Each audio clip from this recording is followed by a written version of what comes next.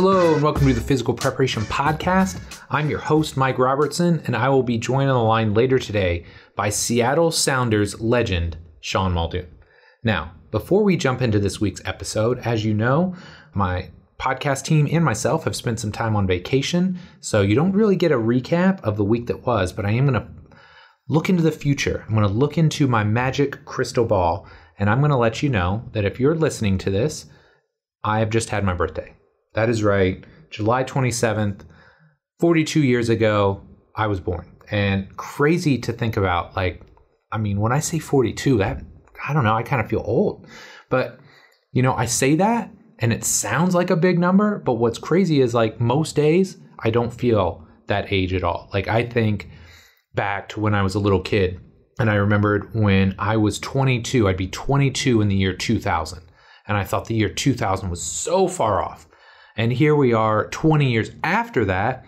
And I feel really good. I feel like between the nutrition, the training, the recovery, the mindset, all the things that I've worked on, I wish somebody would have told me at 20, you can feel really amazing at 40. I don't know how 50 is supposed to feel or 60. I just know at 41, 42, feeling pretty darn good and pretty damn energetic. So excited about what's going on. One thing I did want to mention too, before we get into this awesome commercial about the complete coach certification, is that if you haven't picked up the cert, one thing you should know is that before I left on vacation, I basically created an entirely new PowerPoint, shot all new videos on my assessment process. And this was one of the big things that people had mentioned about the certification in the past. They said they love the program design, they love the anatomy, they love the coaching and the progressions and regressions and the exercise library. They said the one thing they felt like it was missing was an assessment. And I was shocked because I just figured most people already had an assessment. They didn't need another one.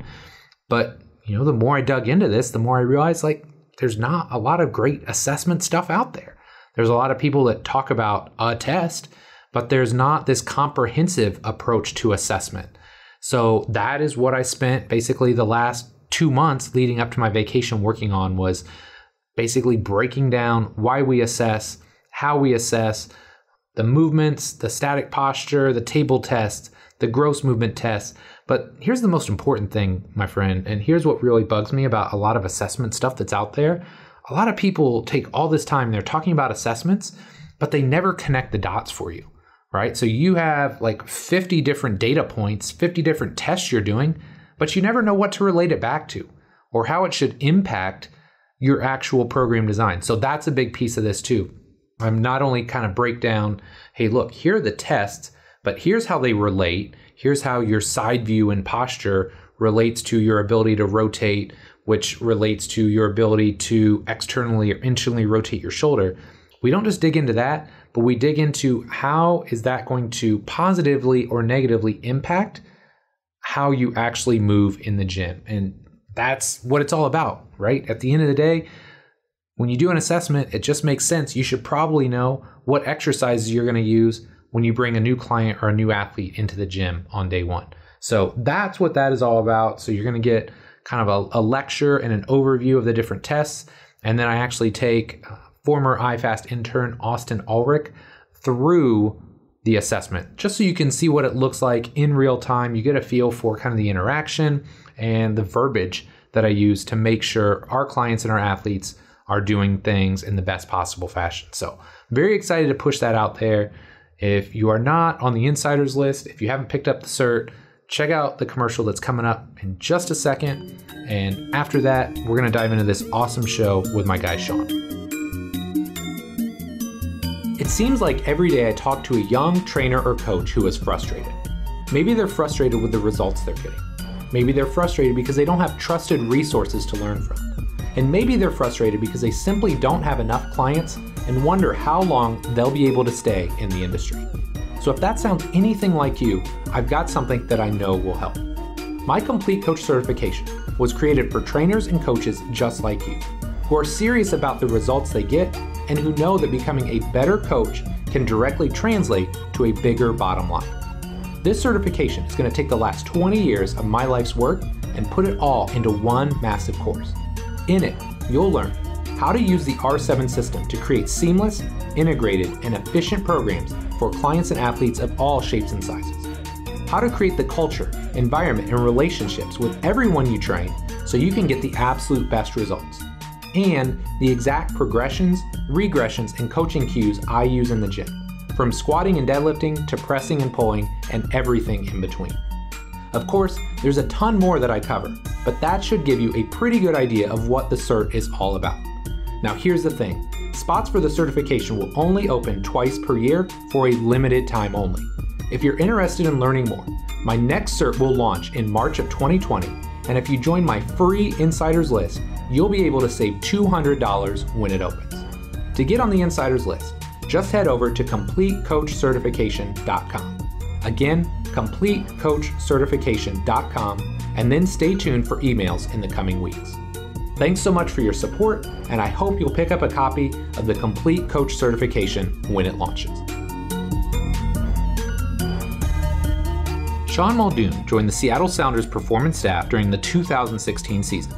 He started with the club as an assistant strength and conditioning coach and sports scientist, and is in his third season as the Sounders head strength and conditioning coach. Sean's main roles are to assist the high-performance manager on the field, lead all gym-based activities, work in conjunction with the medical department on bespoke athletic development and rehab programs, and to oversee the club's nutritional protocols. In this show, Sean and I start by talking about how a, quote, non-soccer guy, unquote, like himself has had success in the sport, the lessons he's learned from the various high-performance managers he's worked for, and then we take a look at the dark side of pro sports, from the mistakes and the sacrifices he's made along the way, and all the other lessons that he's learned over the years. Regardless of whether you're into soccer or not, if you want to be successful in physical preparation, I know you can take a ton away from this episode. But enough for me, let's do this. All right, Sean, man, thanks so much for coming on the show here today. Super excited to have you on. Could you start by just telling us a little bit about yourself? Yeah, so Sean Muldoon, I'm the head strength coach for the MLS Seattle Sounders. This is currently my fifth season with the team, fourth year, fifth season. Yeah, originally from Chicago. I had spent some time in basically the private sector, NCAA, and then now I'm in pro sports. So it's been a fun journey so far, for sure. I love it. I love it, man. Tell me, what got you into the world of physical preparation? Like, what got you excited about all this? So I think maybe I have a different journey than other people. So I went to college on a track scholarship. So I was a 400-meter runner. My only goal in life was to be in the Olympics. Like that was it. And I even remember applying for college, picking a major. I was like, oh, I'll be a speech comm major because, maybe I'll be into broadcasting afterwards. Right. Not realizing I'm like pretty introverted and not very funny. So I was like, so I get to college freshman year and speech comm major, and I'm picking classes, and I was like, oh, injuries in sport. That seems like a cool class. So I took it, and I was like, man, this is really interesting. Maybe I can learn about the body and be better running every day. Like if I learn about injuries, then I can hopefully prevent some. And I was like, oh, I should just switch because I really enjoyed the class. And they're like, well, actually, you're a varsity athlete. You can't be an athletic trainer because while you're training, they have to be at practice, like watching you. So I switched just to be a general like kinesiology major. Okay. And I was like, oh, okay, that seems interesting. I don't know what I'll do with it, but just get to the Olympics. Clearly that did not happen. And I was pretty burnt out. I got a little depressed in college, like injuries. I was injured every single season. I only ran one healthy outdoor 400 meter my entire career in college because I had pretty much season ending injuries every year. So after college, I took a little bit of time off. I worked at a nonprofit in DC for a year and realized I was like, yeah, that's not for me. The suit and the tie, the like 9 to 5, this is not for me. So realizing I need to kind of get back to what my roots were, what made me happy, which was like sports. So studied for the CSCS, took it, and kind of maybe tricked my way into college at University of Miami where I did my master's. And then so from there, just realizing like I wanted to get back into strength and conditioning, training people. That's just like what brought me the most amount of joy, something I just spent a lot of time doing. So I did my master's at UM in strength and conditioning. And then from there, just kind of, I'm a very logical next step person. Like I wish I had these grand plans and was a super forward thinker, and it just, like, that's not me. So it was just like, okay, what's the next thing I need to do? And then so it was get a job in college, and then from there, same thing. I was just like, okay, great. I've been in NCAA now for 3 years. working for a top men's soccer program, but like, then what? And I was just realizing I kind of wanted to switch over to pro sports and focus more singularly on one sport. I'm sure you've had lots of folks from college. It's like, it really didn't resonate with me that I had like 3 or 4 teams, and I was lucky to only have 3 or 4 teams. Like some have 7, 8. And so just wanting to focus on one thing and have kind of everybody in the organization focused on one thing. I love it, man. So talk to me about being at that collegiate level, and then you kind of you want to get to the professional level, because I think a lot of people could relate to this. Like, what were the next steps, or how did you get found, so to speak? Yeah, man, I wish I had a really good answer for that.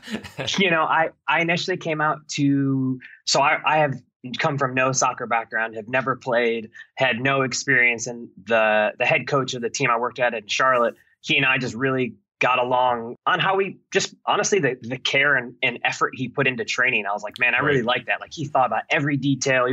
And he realized that, like, from the performance side of things, I did the same thing. And he was like, you should reach out to some MLS clubs, learn from them, and just kind of steal what you can and apply it here. So I sent a list of teams where basically I had family members, so I could stay for free for the summer. Yes. Seattle being one of them. He knew a coach here, connected me with Dave Tenney. And I was like, hey, can I come out for a little bit and just see what you do? And that was kind of the first real spark for me of wanting to get into pro sports. And then how I did it was knowing it was something I really wanted to do, but not sure how it was going to happen. So basically just really like continue to educate myself, soccer wise, and then slowly just put myself out there a little bit more. I'm not a big writer, but I wrote a few blog posts to try, to do something a little bit different. And honestly, just being the kind of persistent bug within a lot of people, like asking a lot of questions. I would meet somebody, reach out to somebody on Twitter, like, hey, do you mind if I meet up with you while I'm here? Just the kind of standard, and just really try to stay in touch with people. And then became close with Dave and Chad and those guys just over a number of 2 years, just coming out to the sports science seminar, staying in touch with them. And yeah, just trying to take what they were doing and apply it into the college setting. Because I think the college has a lot of benefits that pro sports don't have. And I don't know if people always appreciate that the access to, I was doing research projects on my guys every day because I had 30 completely compliant athletes, and they have access to like professors, and like there's so much institution within NCAAs that give you a leg up over pro sports necessarily. Yeah. And so it was just trying to take the pieces that they built in terms of infrastructure and apply it in my setting. And then I don't know how it happened of just coming out here, sports science seminar. And I was like, hey man, if anything ever opens up in Seattle, like, let me know. I would love to move out, just because my wife is from the West Coast. And so like, we want to get to the West Coast. And then it happened. So, it was for me trying to identify what my weaknesses were, keep working on them. And then just, being very honest about what my strengths were, which is like, being in the gym, nutrition stuff, and improving on those. Well, and I think you hit the nail on the head, right? Like, you've got to be persistent, like in this day and age. And I think there's like a healthy level of persistence. And then there's up above that, there's annoyance. You don't want to get to that level, but you can't network from behind a computer screen, right? Yeah. Like, you can, but it's not the same. So like you said, getting out there, networking with people, being politely persistent, and just putting it out there. Like, hey, I just told my interns this the other day. They're like, well, I just don't know like what I'm going to do. And I don't know if people are hiring. I'm like, who cares if they're hiring?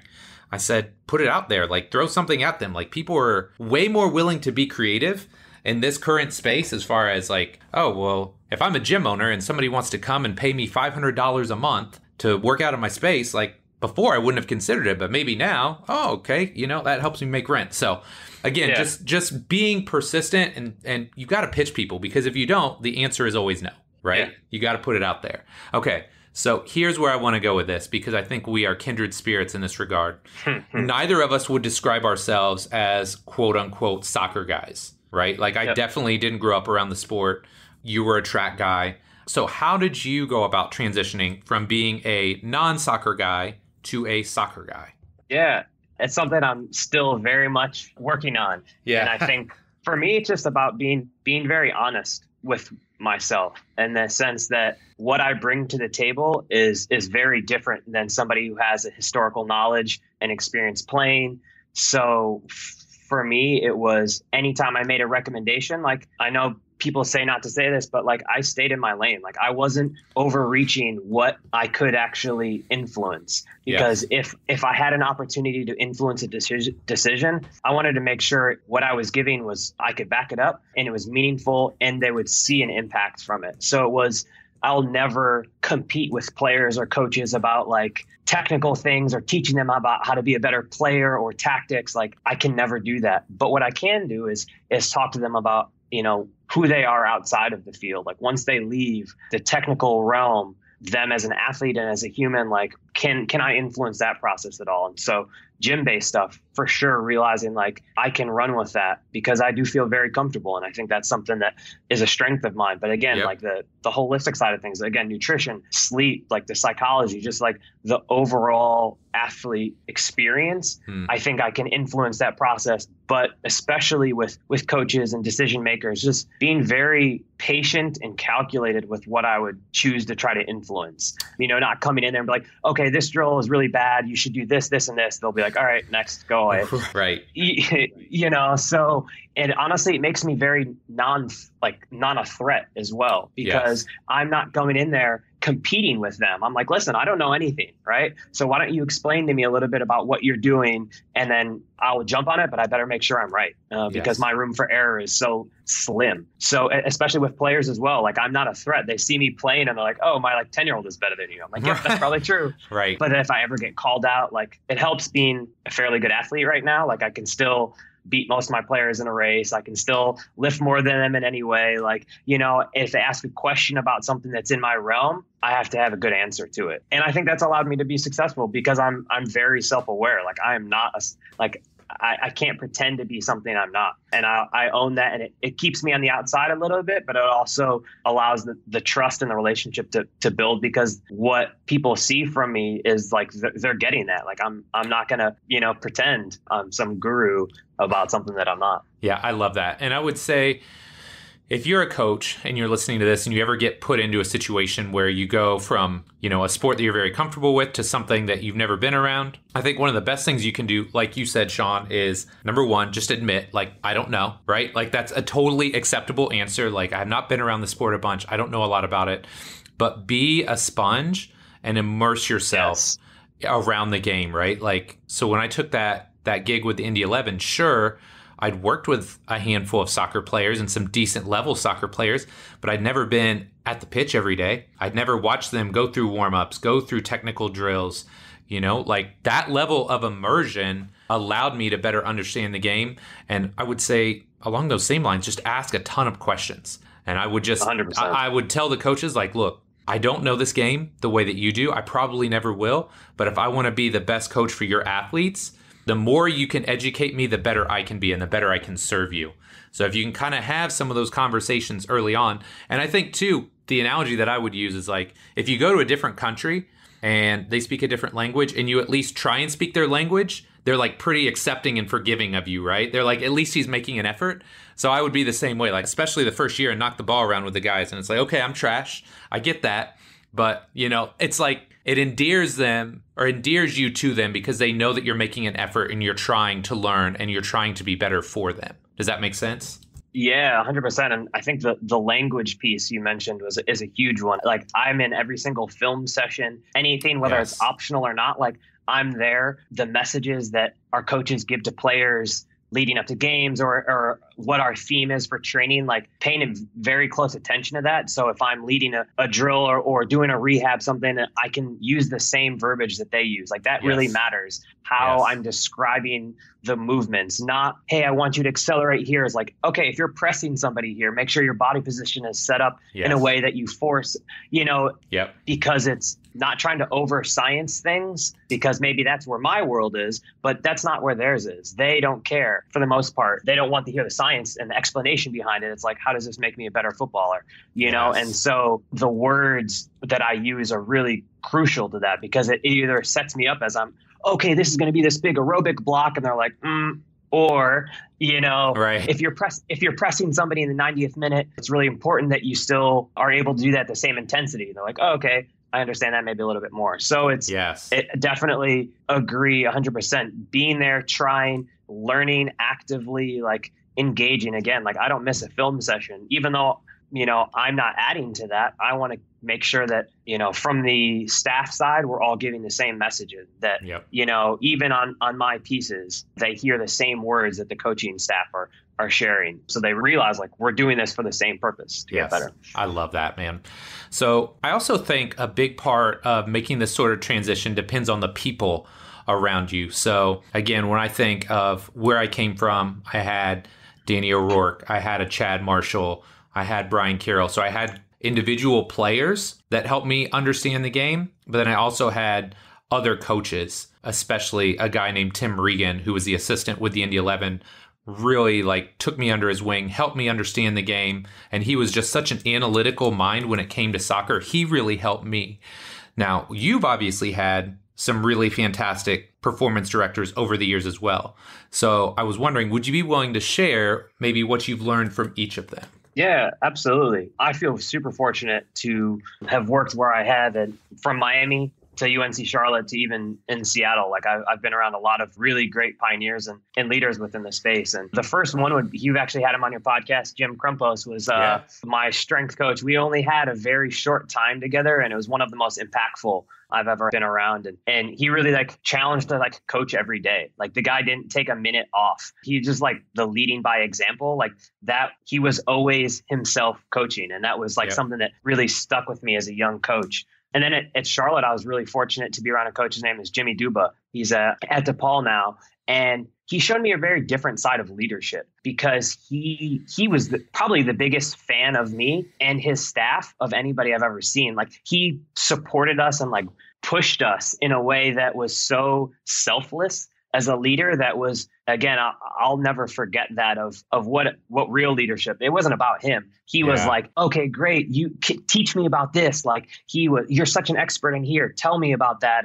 And like really fostering this growth from a leader, from somebody who was my boss. It was incredible. And along with Jimmy, I was around a woman her name is Stacy Hummer, also at UNC Charlotte. And she was like the ultimate practice what you preach. Like Stacy was one of my bosses as well. And like, I don't think she was ever even on time for things. She was early, like for everything ever, like never took a moment off of really living like what your values are. She would like embody that to me of like, you say this is important to you, like show up, that consistency, that like punch your ticket every day. It's not always sexy, but the consistency thing. And so, that was something I really learned from Stacy. And then I came out to Seattle, and my experience here has been much different. Like Dave Tenney was somebody that I like really look up to. Like he's a huge mentor of mine and somebody that I think is a real pioneer in this space. And so to get the opportunity to work for him, I was just so young and naive and like just willing to like, oh my God, like almost intimidated by him, because he was like, this is the guy I really look up to. And what I learned from Dave is about really the bigger picture, like how these pieces interact. Like his staff was composed of a non-soccer guy, me, Chad Kolarsik, who was a computer programmer turned strength coach, Ravi, who was working at Microsoft and was like really one of the kind of first in analytics in sports at a really high level. And then Brett Utley, who is a technical coach working as a strength and fitness coach. So like he took these people in basically all different roles and saw the value and actually lived by I want other perspectives. I want someone who comes to this problem from a different place than I do. And to see how those personalities and those people interact together. And I think Dave is very forward thinking in the sense that he wants to push himself and he wants to push the limits of like what's possible. Like he's not in, this is just how I do it. And this is how it's done. I've had success here, so I'll have success there. It's like really being analytical about what his processes are, how he is accomplishing the outcome. And then given a whole set of interesting circumstances. So Chad Kolarsik was my performance director for about 6 months once Dave left. And it was just Chad and I, and we had come off an MLS championship, and we were both forced to do the job that Dave, Chad, and I had done. So it was two people doing a 3-person job with the expectation of like, we're getting back to the final. That was what we were coming off of. Like, not like, oh, good luck, guys. Like, hope you don't screw it up. And so Chad is probably one of the smartest people ever. It's like asking Chad a question about any person or any scenario, like there was an answer. He had sat down and thought about it ahead of time. And so, especially with a group of like 30 players, each player had their own plan. And that's something people talk about a lot, like, oh, we had an individual plan. But actually spending the time to think about what is best for that athlete, what are all the inputs of information we got about that one person and what are their needs. Like Chad taught me about, there's no shortcuts to that. Like it's not easy, it's not quick, and it's funny. I have this Excel spreadsheet now that I learned and stole from Chad of basically our entire roster and every piece of meaningful information I've gotten from that player on that day. So whether it was from a rehab report, a conversation with them, just something that taken a note. And I was like, man, Chad, how do you do that every day? And he goes, yeah, you just sit down, you think about it, and you collect all the information and put it there. So now every day at our medical meeting, I have our entire roster and every piece of actionable information from them, even if it's just like, hey, he mentioned this. Has anybody confirmed this? Do you want to check in on that? Is this worth something else? So he is the meticulous planning. Yes. There's no shortcut to that. That takes time and effort. And then once Chad left, Damian Roden came in, and he's a fairly controversial person. We've had a very high and low relationship. We actually don't speak anymore right now, which is quite interesting. Our relationship is not very, very positive, but I learned a ton from him. He has had success at like the highest level for a really long time. And the way he manages the group on the field, it was something that was like these little subtleties that showed he'd been in the game for so long. Like, even though he is a controversial figure who people were, some loved, some hated, he still always managed to like influence the emotional state of the group in such a way that was like people could come in and cranky and like, oh, I don't want to hear it today. And he was able to just through games, through his personality, through how he managed the warm-ups, the intensity of things, the pace at which he spoke, all these little pieces were able to completely change the trajectory of like how the training was going to go, since as a warm-up we started. And it was just fascinating to see that like guys being in a bad mood or in a really good mood and able to like, okay, I'm going to change things up a little bit and capitalize that. They're all laughing, having fun. Like we can capitalize on that and train a little bit harder than we were expecting to, because like clearly they're ready for it. Right. So his approach to like the on-field stuff was, especially like around rehab and then just kind of like general team warm-ups, it's fantastic. And it's something that I have so many like written out drills from him of ways he managed it. And then right now my current boss is Adam Owen. And so we're really just at the beginning of our journey together. But he's a very interesting guy in the sense that he was a head coach. He's been a head coach of a team, but is now also the performance director. So, the conversations we have and the pieces of information he shares, it's coming from a perspective of a coach, right. Which is, again, I will have no idea what that is ever like, because that's not my reality. Right. So it's been very interesting to hear the tidbits, how he manages the group, the things I say, hey, I'm interested in this, or I think we should do this. And like kind of his rebuttal to things, or the way he challenges or pushes me around what we're doing right now. And especially given like we're in uncharted territory within COVID training and this MLS is back tournament. And so to have somebody's perspective of that's been a head coach before is really refreshing, because that's the kind of input ultimately I work for the head coach. That's who I'm there to try to please and make sure that their vision is being moved forward. So that's been really fascinating to hear, because it's very different. It's not somebody who's just a strength coach like myself. He understands the perspective and the pressure that comes from making decisions around lineups and, again, really managing the group with the success of winning games at the forefront and the pressures that a head coach has to deal with. So love it. I love it, man. So I'm interested. You've been doing this 5 years now. What are some of the biggest lessons or takeaways that you've had from working with high-level soccer guys? Yeah, something that really stood out to me, and it was a huge mistake I made while I was at UNC Charlotte, was the first level of this is I had, game days, our third string keeper in Charlotte, he and I used to do these just like insane upper body workouts because he was never going to play. And we would just like train like meatheads. And he shared with me, he's like, oh, a couple of our players got drinking tickets. And I was like, oh man, I'm 25 at the time. I'm like, all right. I'm gonna have to deal with this. So I was very close with those two players. I said, listen, you better go tell the head coach you got drinking tickets. If you don't tell him by the end of the day, I'm going to. They tell him, and I call the head coach. I'm like, what did these guys tell you about their drinking tickets? And he said, yeah, how do you know about it? I said, oh, they told me. And I told them to go tell you. And he goes, well, why didn't you tell me directly, like to give me a heads up? And I was like, I was trying to please the athlete. I was trying to be friends with them and keep that connection there. And it was a massive mistake because the coach was like, I don't know if I can trust you now. You're going to have to earn my trust back because I feel like you're on the side of the players. And he was totally right. I was a huge mistake of mine. And so now fast forward 5, 6, this is 2013, 7 years later. My relationship with players is very specific. And that's a threshold I'll never cross. Even though I'm same age, some of our players have kids. I had a player that our kids were a week apart, and it was our first kid. So we were like instantly connected, right. Going through fatherhood together. And I had to choose to not be friends with this player because I felt myself starting to give him preferential treatment because I was like, oh, we get it together, and that's something that as a coach, I'm like, oh, I love all my athletes. I treat them all the same. Like I genuinely don't care who starts or not. Like that's not up to me. So I just try to take care of them. And I felt myself starting to go down this route of a little bit preferential treatment, a little bit different, maybe a little bit nicer to him. And so it was really tough, but I had to talk to my wife about this and be like, listen, like we can't be friends. Like we can't do anything outside of sport. We can't do anything because that's going to influence me as a coach. Like that's changing my integrity I thought I was beyond that. I thought like I'd learned my lesson from Charlotte. Right. It's really hard to do when it's like, again, same age as me, same kids, a lot of similarities and realizing that there's a boundary there and I need to respect that because to have integrity as a coach, I'm not beyond that to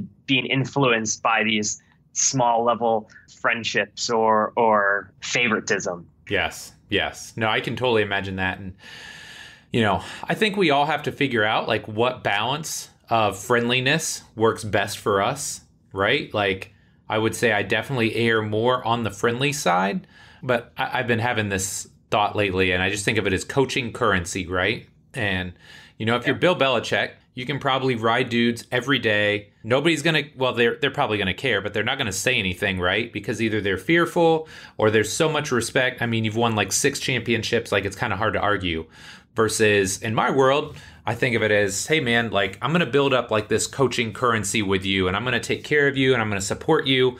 But also knowing that when there's a time and I need to like get into you a little bit or let you know like you're out of line, that it's going to come from the right place and that they'll take that in a certain way. But I think everybody has to figure out their own balance of how friendly do I want to be with any given athlete and what their situation is, Yeah, no, absolutely. Because the relationship with athletes is everything, right? Like There has to be the trust, respect, knowing that like that I really care about my athletes, that when I'm talking to them, advising, doing anything, it's like coming from a place of like love and care, but just also for me being always conscious of what that currency is. How much am I willing to give or not? How much am I going to talk about life outside of soccer to get to know and build that trust? And then also where that line is. Yes. To say like, we can be friends, we could be friends, but we're working together. Like this is business. This is still a work relationship. Absolutely. Exactly. And like respecting that. And it's much harder than maybe I thought it was going to be, or, because again, like I like a lot of these guys. Absolutely. They're great. Absolutely. They're great, So in our field, we love to talk about wins, right? Whether it's hitting PRs, winning rings, all those things. And especially in like the social media age where it's very easy to flaunt everything that is good about your life, right? But I think on the flip side, the losses and the failures have a big influence on what we learn over the years. So would you mind sharing maybe 1 or 2 of those and how you've learned from them? Yeah. I think the managing of these relationships is a big one for me, in terms of how I operate with the coaching staff, with my colleagues, with the players themselves, like just realizing that, for myself, I need to give them the information to where they're at and what they want and what they need, not what I would need or what I want if I were in their shoes, Right. and not coming in guns blazing and being like, this is the best plan that there ever was. Let's do this. And it really does. It's something that people talk about a lot as young, enthusiastic coaches, that they give the right information that, oh, the science says this, I've done this, I've had success here. But for me, really, really taking a step back again, like I talked about with Chad, of what does this person need? How do they consume information, and what's actionable and important to them? And I think, earlier on in my career, of just being like, oh, coming in, yeah, here's a way that makes sense. Here's how we could do it. And not thinking about their perspective, just putting myself in their shoes. Like, oh, great. If I was making a decision, here's how I would do it. But I'm not making the decision. They are. So how are they doing it? What do they need? And really, again, trying to remove myself and my ego from it as much as possible when making decisions, so that I'm serving the player, the coach, the GM, any of the stakeholders I'm dealing with. Like, what do they need? And serving that, not what I want or what I would need if I were them. No, and that's been really hard. Point. Because I know what I like and I know what makes sense, and what I would need. That's really easy. Right. Especially when you but think it's really hard to think about that. Oh, absolutely. And just thinking about all the different personalities and influences you have across, 20 plus athletes, how many coaches, GMs, all the people that you interact with, as a coach in your position, you're getting drawn in a lot of different ways. And that's a lot of different things that are influencing you to try and stay steady there and figure out the best course of action without taking on your own personal bias can be really tough. Yeah. It can be really tough. Yeah. So go ahead. Yeah. No. It's really challenging, but to me, it shows, like, I've just had so much more success. Like, it seems so obvious when you connect with, again, a coach, a GM, athletic trainer, a therapist, anybody else, and then being able to show that you understand. For me, being able to show I understand what their needs are, and to be able to help if I'm really about serving, showing it is a great way to do it when they're like, oh, great, that was exactly what I needed. Or, oh, I appreciate you bringing up that perspective on things, or being aware that this is a pressure I have. So you've addressed that, or you're at least aware of part of what my world is and how I have to live in it. So for sure. No, I love that, man. So another thing that I don't think most young coaches realize is the amount of time and dedication it takes to work in pro sports. It's very easy to say, oh man, I'm going to go work in the MLS. I'm going to go work in the NBA or the NFL, and I want to be around that level of athlete. But I would love to hear from you, again, 5 years in, what are some of the sacrifices that you've had to make along the way to be successful and to stay in the game for this period of time? Yeah, definitely. I would say I'm the luckiest man alive. I love my life and where I'm at right now. And, I think I'm very privileged to be where I'm at. But there was definitely some pieces that were challenging along the way. Like, I was living in New York City so I'd been in DC doing this nonprofit, and I was living in New York, just personal training, figuring out what my next step was. I would get up at 4:30 in the morning, and then my last client finished at 9 p.m. So I'd be at work the entire time. And during that time, I was like, all right, I need to go to grad school. I need to take the CSCS and the GRE. So I would have to carve out these blocks to study 4 or 5 hours during my lunch break. And it was really, do I nap or do I study? And every single day I had to answer that question to myself.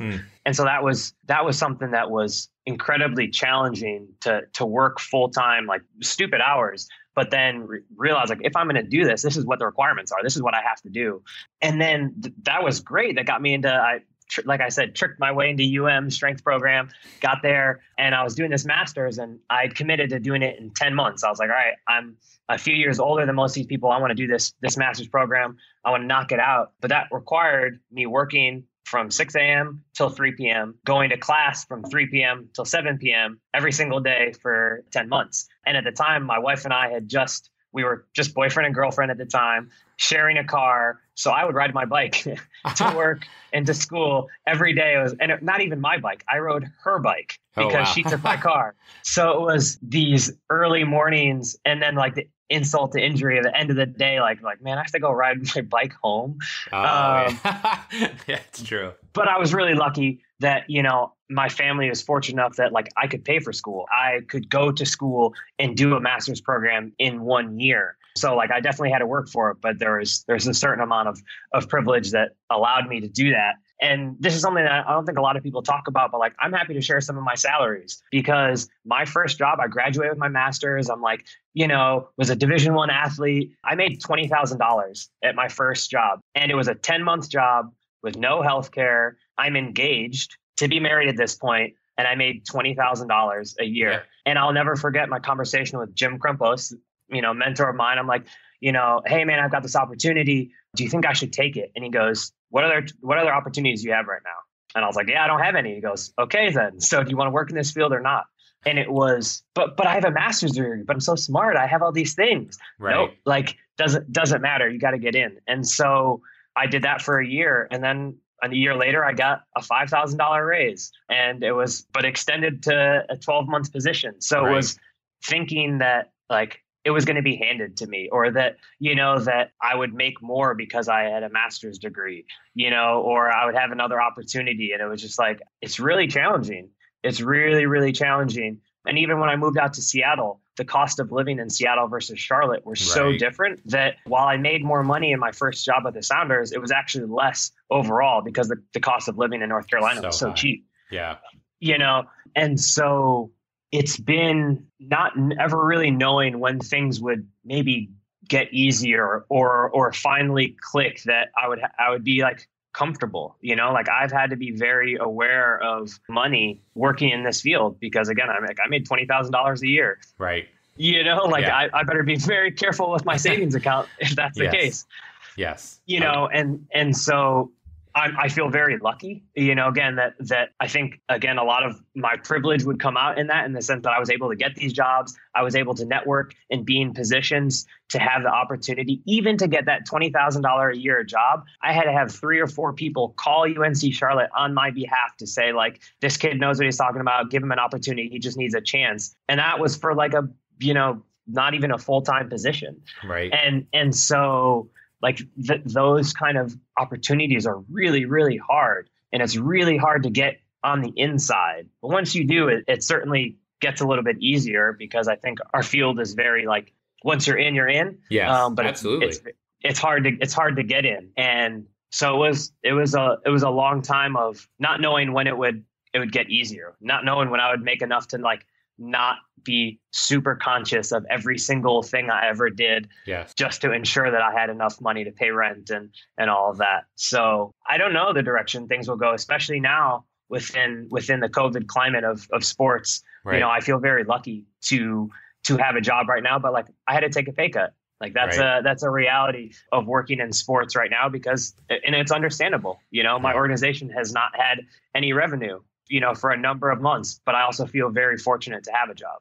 And I know that's not the case with everybody given the climate right now. So it's not always great, but I feel super lucky. Like you turned out all right, man. You've turned out all right. Yeah. So I don't want everybody to feel like Debbie Downer after they listen to those last 2 questions. So I want to end kind of this thread on more of a high note.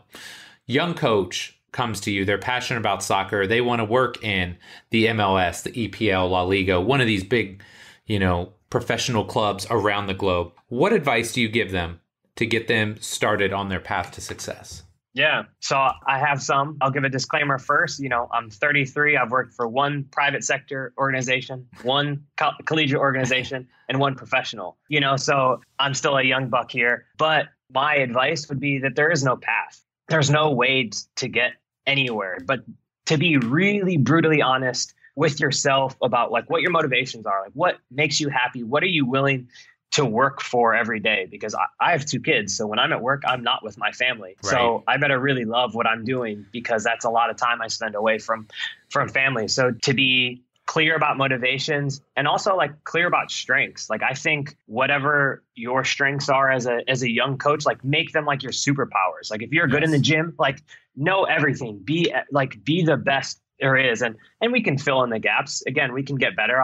You even touched on this a little bit, like networking, it has to be genuine. It has to be real, but like you have to do it. Right. You know, like if I'm going to hire somebody, I'm going to reach out to the people I know right now and be like, hey, is there any young person that you need? Or I'm looking for this person. Do you know anybody in mind? Like I would take a referral over just a resume any day. But it has to be genuine. It can't just be like, hey, I want to work. Can you come help me? You know, like having real relationships. So spending the time and investing in people, and not with no expectation of like, oh, this person is going to get me a job this time, because like sometimes it happens, sometimes it doesn't. But spending the time to invest in the people in your network, learn from them, share value with them. But again, yeah. So those are my few things of like, trust that there is no past. Like I really don't believe that anybody has to follow a certain set. Like if you can explain to me and convince me why, you know, this is makes sense for you, then like I'm on board with that, you know? Yeah. So I love it, man. I love it. Okay. Big question time, my guy.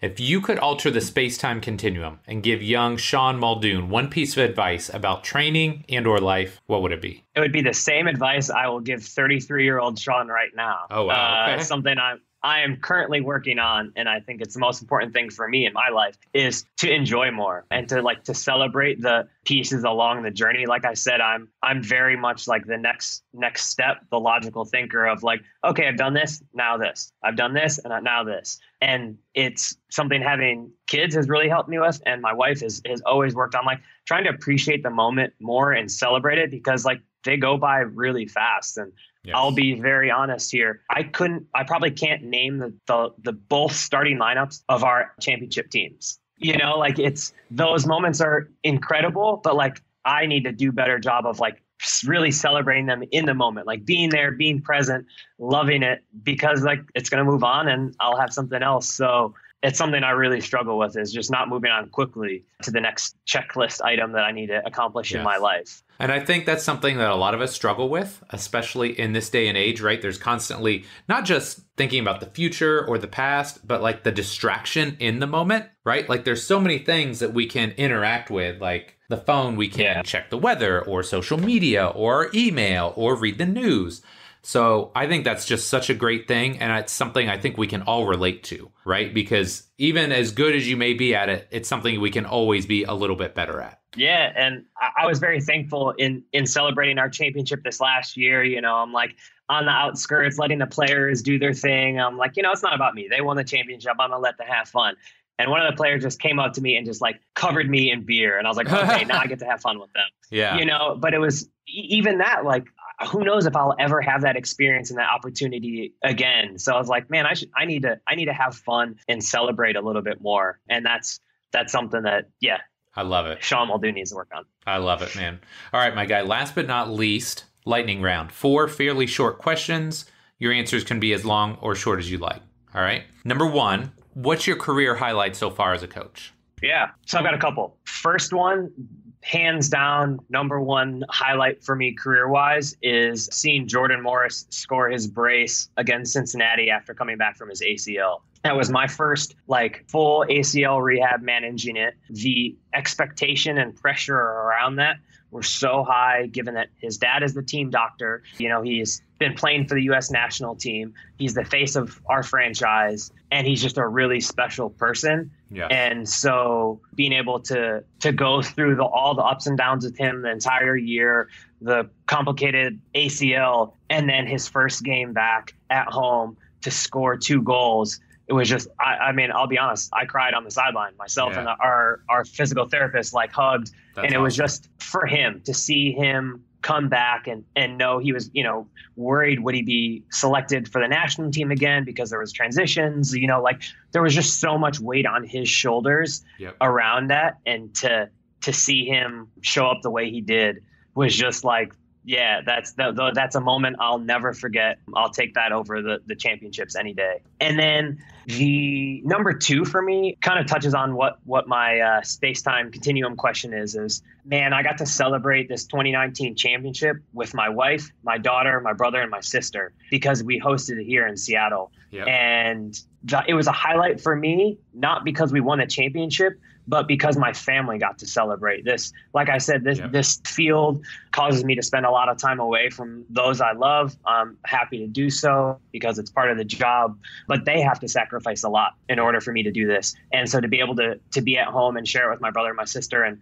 my wife and daughter, and to see them celebrate, like that was really special for me, because like they don't work in sports. They don't get these moments. And so to watch them just go nuts on the field after the game was really fun. And then the number 3 would be to organize the sports science seminars. Like that's something that I hold in such a high regard because of my respect for Dave Tenney and something that he built. And I think it's a huge honor to pick up where he left off and to get to organize those, because, you know, that's largely how I got my job with the Sounders. And again, to like live on and continue Dave's legacy in my own way, because I'm doing something very different than he ever did. And yeah, that's a huge honor that I certainly don't take lightly. That's awesome. So, okay, I'm going to divert here for a second, but what was that experience like in the past? And then what was it like this year, given the COVID climate and pulling all that together? Because, I mean, it was a fantastic event. I mean, I was so impressed with what you put together, but like, how has it been just in general? And then what were the specific issues you struggled with this year? Yeah. So when Dave left 2017, we didn't continue it in 2018 because it was just I had so much on my plate that I was like, this is something I want to do, but I can't, I know I can't do it. So then 2019, I was like, I am 100% doing it. This is happening. But I've never done anything even close to organizing like that. Right. Luckily, Dave and I stay in touch so I can ask questions, but every piece of it was a new challenge for me. How to, organize it, how to confirm speakers. Like I'm a new person in this field and Dave is like a legend. Like I don't have a network to be like, hey, I want to ask my friend to speak here, So every piece was a really new challenge. And then having done it in 2019, I was like, okay, I feel more comfortable.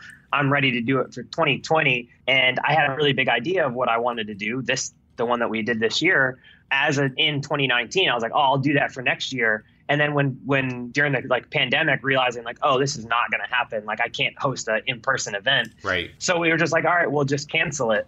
And then as we're all at home figuring out what we're doing, how long this is going to last, I was just like, I don't know. Am I allowed to swear? Yes, absolutely. Okay. So I'm at home. I'm just like, fuck it. I'm just going to go for it. I had no idea what to expect from doing a virtual conference, but it was just, I felt like I couldn't sit there and not do it. I had the concept. I had the idea for 2020. Had no idea how to pull it together virtually. Again, just figuring it out as I went along. But realizing there are people at home, if I'm ever going to confirm speakers, it's got to be now while they're sitting at home. Right. Not working, because we're all not working, or, in person as, working. So I thought it would be way easier. That was for sure ignorance and naivety on my part, because it was just as hard as 2019, but a totally different hard of just way more digital based, content based, recording based, Wi-Fi, things that I didn't have to concern myself with in 2019 since doing a live one. But it was a blast. Well, I'm so happy that we did. I mean, we raised $45,000 for charity. That was awesome. Something I feel happy about and can be proud to help the Seattle community. But it was, totally different sets of challenges. But now at least I've organized online ones. So now I would know some of the challenges going into trying to do it again. Yeah, no, that's awesome, man. That's awesome. And like I said, great event. You did such an awesome job. Very, very cool. So number 2, how's the bubble life treating you these days? What's it like in beautiful Orlando? Yeah, it's interesting. I'll first say it's safer than I expected. I was very, very nervous coming out here, but it does feel safe. So that's a huge relief, given especially the numbers in Orlando and just the overall landscape. But it's a pretty monotonous existence for me. It's something where I go to training, I go to our team meals, we'll have our gym sessions certain days, and then I mostly just live in my hotel room. And it's a blessing and a curse, because I wish I was at home with my family right now. I have a month-old son that I wish I was spending time with, but here I am. So I'm trying to maximize it. So I spend a lot of time. I'll do 30 minutes of Spanish a day, I read every single day. I'm trying to sleep a lot because when I go home, I'm for sure on overnight baby duty. Yes. So it's very monotonous for me. And, maybe people have different experiences, but, I'm trying to continue to minimize my risk. So when I'm not at mandatory activities, I just spend time in my hotel room. And again, I can't complain because I have a job, and that's not something everybody can say. So I can't complain about being in a hotel room, but it's the same thing every day. Yeah, for sure. It's like Groundhog's Day, right? Same thing, kind of over and over, just different day. Number 3, when I say the name Chad Marshall, what immediately pops into your head? Chad wearing Stephen Fry's clothes. I can't remember. Oh my gosh, I need to see that. What year that was? No. I feel like it was 2016 or 2017 maybe, but they had lockers right next to each other. And it had to be 2016 because I still didn't know him that well. I was still getting my feet, figuring out, maybe 2017.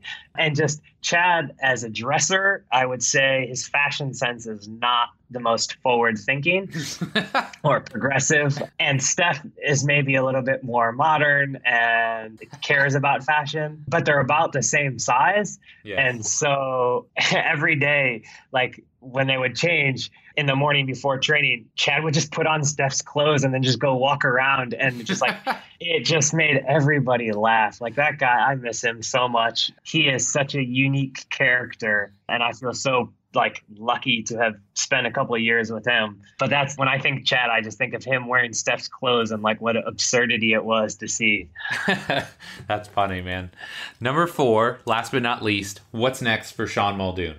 Yeah, what's next is first getting home and loving on my family. That's the top of my priorities list. As soon as this tournament's over or we're done from that, is I just can't wait to get home and love on my peoples because I miss them.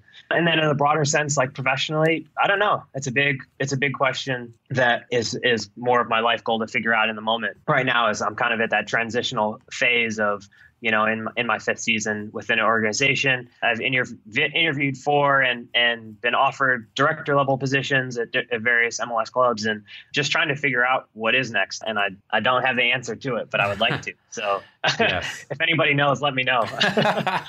That's awesome, man. Well, I think the future for you is very bright, my friend, and the Sounders are lucky to have you. I'm a Sounders fan, so I got to say that. But as long as I keep you around, I'm happy, man. But Sean, it's been great catching up with you today. If people don't know, this is your first ever podcast. So I feel honored that you chose us to be your first podcast. But where can my listeners find out more about you and what you have going on? Yeah, I'm on Twitter at Sir_Sean. That's probably the best way. Or email SeanM@SoundersFC. I'm not always the best at returning emails. I would happily encourage anybody that has any questions or anything I could connect with. I would love to. So either one of those is probably the best way to stay in touch. Awesome, man. Well, I'll make sure we get all those in the show notes. And again, Sean, man, thanks so much for coming on the show, buddy. It was really great to chat. Yeah, thanks for having me. I appreciate it. And hopefully I was able to provide a little value to the listeners. For sure.